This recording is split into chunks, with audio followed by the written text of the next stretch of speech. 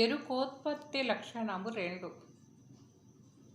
దారిలో రజ్జువు సర్పము ఏ రీతిగా తోచబడెను ఈతను వెరుకల్ నీరెండమావులట్లనే దారువ పురుషునిగా దోచే తనయ గుర్తెరుగు భ్రమమూల మంచన పోయి మరుగు వారాసిలో లేక వచ్చి హెచ్చియు చచ్చు వారాసిలో లేక వచ్చి హెచ్చియు చచ్చు టేరితో జశమూలట్లా రీతిగనే ఎరుక తోరమో బయలందు లేకనే దోచని స్వప్న విధముగను పోర ఎంతకు వేరుగలదన లేరు ఎంతటి వారలైనా తనయ గుర్తెరుగు భ్రమమూల మంచన పోయి మరుగు.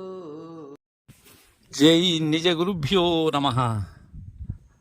నిజానంద పోలూజు వీరయాచార్య విరచితమైన శుద్ధ నిర్గుణ పరతత్వ బోధామృత గంధార్థ దరువులలో ఎరుకోత్పత్తి లక్షణమునందు ఈరోజు 2వ గంధార్థం. ఎరుకోత్పత్తిని తెలియట నరులకు దేవతలకు ఎవరికి సాధ్యం కాదని, పరమేశ్వరి కొడుకు కూడా కానరానిదని తెలియజేసినటువంటి గురుదేవులు ఇది ఎలా దీని యొక్క ఉత్పత్తి అనే దాన్ని మనకు దర్శింపజేస్తూ ఉన్నారు. ఎలా అంటే, దారిలో రజ్జుపు సర్పము ఏ రీతిగా తోచబడెనో ఈతను వెరుకల్. ఇది ఎలా, ఇక్కడ ఉన్నది ఎరుక యొక్క పుట్టు. ఎలాగో దారిలో తాడులో సర్పం తోయబడినట్లుగా అంటున్నారు. ఎందుకు తోయబడుతుంది? అక్కడ తిమిరము కారణంగా, చీకటి కారణంగా, స్పష్టంగా ఉన్న తాడు కనిపించని కారణముగా దానిలో పాము అనేది ఆరోపితమవుతున్నది. అంతేగాని తాడు పామా కాదు.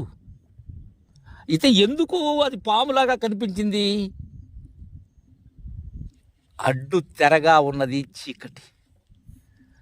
తద్విధానంగానే నీవనే తెర ఏదైతే ఉన్నదో అదే శిష ఎరుక. ఉన్న తాడు ఎప్పుడూ ఉన్నది, ఉన్న పరిపూర్ణము ఎప్పుడూ ఉన్నది. దారిలో లేకనే కలిగినటువంటి భ్రాంతి మాత్రమే.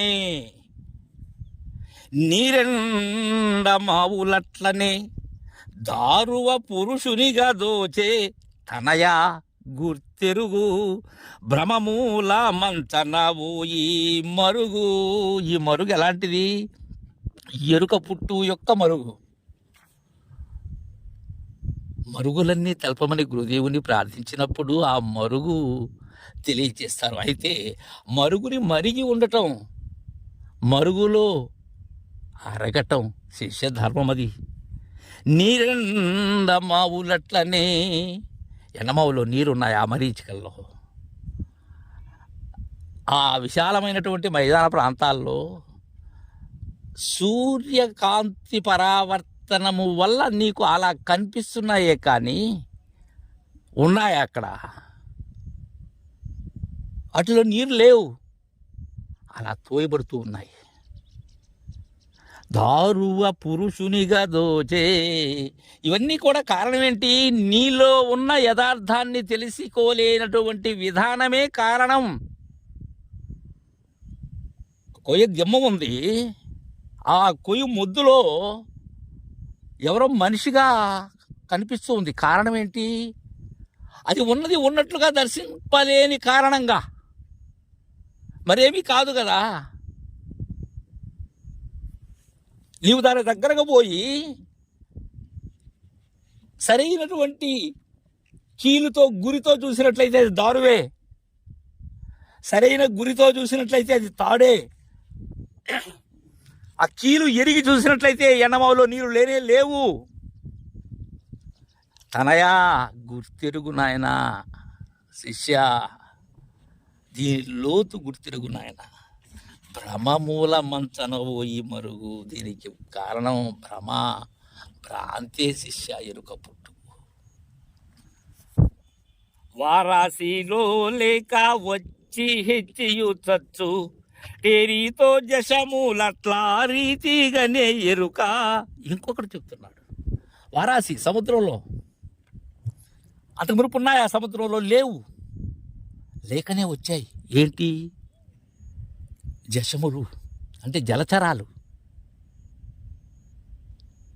ఈ మత్స్యాదిగా కలిగినటువంటి జలచరములన్నీ కూడా వారాసిలో వస్తూ ఉన్నాయి, హెచ్చుతూ ఉన్నాయి, చస్తూ ఉన్నాయి, దానిలోనే కలుగుతూ ఉన్నాయి, దానిలోనే జీవనాన్ని సాగిస్తూ ఉన్నాయి, దానిలోనే అంతరించిపోతూ ఉన్నాయి. అయితే అది సముద్రానికి తెలుసా?